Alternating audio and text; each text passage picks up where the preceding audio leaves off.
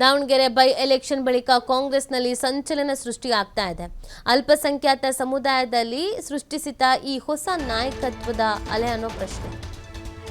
ಸಮುದಾಯ ಕ್ರೋಢೀಕರಿಸಿ ಹೊಸ ನಾಯಕತ್ವ ಹುಟ್ಟಾಕಿದ್ರ ರಿಜ್ವಾನ್, ಕಾಂಗ್ರೆಸ್ನ ಅಲ್ಪಸಂಖ್ಯಾತರ ಹೊಸ ಟ್ರಬಲ್ ಶೂಟರ್ ಆದ್ರ ರಿಜ್ವಾನ್ ಅನ್ನೋದೊಂದು ಪ್ರಶ್ನೆ ಇದೀಗ ಹುಟ್ಟುಕೊಳ್ತಾ ಇದೆ.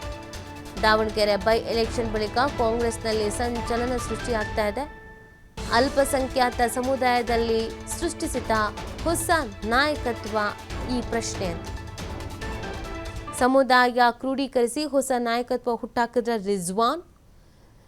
ನೋಡಿ, ದಾವಣಗೆರೆಯ ಬೈ ಎಲೆಕ್ಷನ್ ವಿಚಾರ, ಒಂದು ಸಮುದಾಯದಲ್ಲಿ ಏನೆಲ್ಲ ಬೆಳವಣಿಗೆ ಕಾರಣ ಆಗ್ತಾ ಇದೆ ಅನ್ನೋದನ್ನು ನೋಡಬೇಕಾಗತ್ತೆ.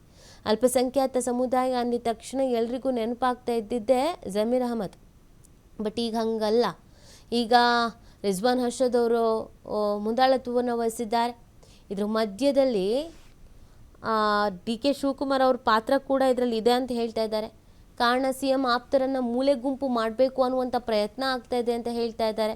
ಹಾಗಾಗಿ ಏನೆಲ್ಲ ಡೆವಲಪ್ಮೆಂಟ್ ಆಗುತ್ತೆ ಈ ವಿಚಾರದಲ್ಲಿ, ಯಾರು ಆ ನಾಯಕತ್ವದ ಪಟ್ಟವನ್ನು ಹಿಡಿತಾರೆ ನೋಡಬೇಕಾಗತ್ತೆ. ಒಟ್ಟು ಸಮುದಾಯದಲ್ಲಂತೂ ಕಿರಿಕಿರಿ ಶುರುವಾಗಿದೆ.